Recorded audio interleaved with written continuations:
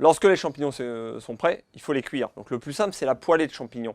Alors pour une bonne poêlée de champignons, le principe c'est de les saisir fortement d'abord. Ensuite, on va leur faire cracher un peu cette eau de végétation. Je les égoutte et là je vais les recuire. Et c'est à partir de ce moment-là que je vais commencer à les aromatiser avec de l'ail, de l'échalote, des fines herbes, du thym, du laurier et à peu près tout ce que je veux à ce moment-là pour donner du goût. Je commence dans une poêle très chaude. Je vais mettre un filet d'huile, très peu. À partir du moment où cette poêle et cette huile est très chaude, je vais commencer à ajouter les champignons. Et là, je vais les remuer légèrement pour vraiment leur faire cracher leur premier eau de végétation. J'évite de trop remplir mon récipient de manière à ce que tous les champignons puissent cuire et soient au contact avec la poêle. J'assaisonne avec un peu de sel. Au bout d'1 à 2 minutes, vous allez voir l'eau de végétation qui va commencer à sortir des champignons. Je poursuis alors la cuisson 1 à 2 minutes et je viens les égoutter dans une passoire.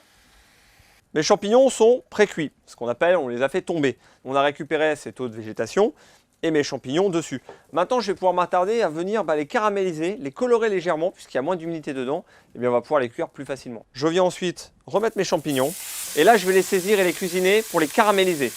Je vais les saler correctement et les poivrer. J'ajoute dedans une gousse d'ail. Je vais juste l'écraser avec le plat de la main et la laisser comme ça. Lorsque les champignons commencent à colorer légèrement, c'est à ce moment-là que je vais leur ajouter le beurre et mes échalotes. Un morceau de beurre frais maintenant que mes champignons commencent à colorer. Et j'ajoute mes échalotes coupées finement. Ça y est, mes champignons sont bien dorés.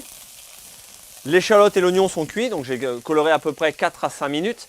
J'ajoute et je termine maintenant par les fines herbes, de la ciboulette, du persil. À partir du moment où je mets mon herbe, je remue bien et là je vais pouvoir déguster directement. J'évite de trop cuire sinon les herbes prennent des petits goûts. Si je veux les crémer, c'est maintenant que j'ajouterai de la crème.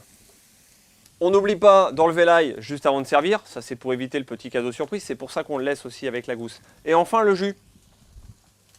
Eh bien le jus qui reste de la première cuisson, ou alors je le fais réduire à part dans une petite casserole pour en obtenir l'équivalent de 2 cuillères à soupe par exemple, et ça me fait un concentré que je vais pouvoir rajouter à nouveau là dans mes champignons.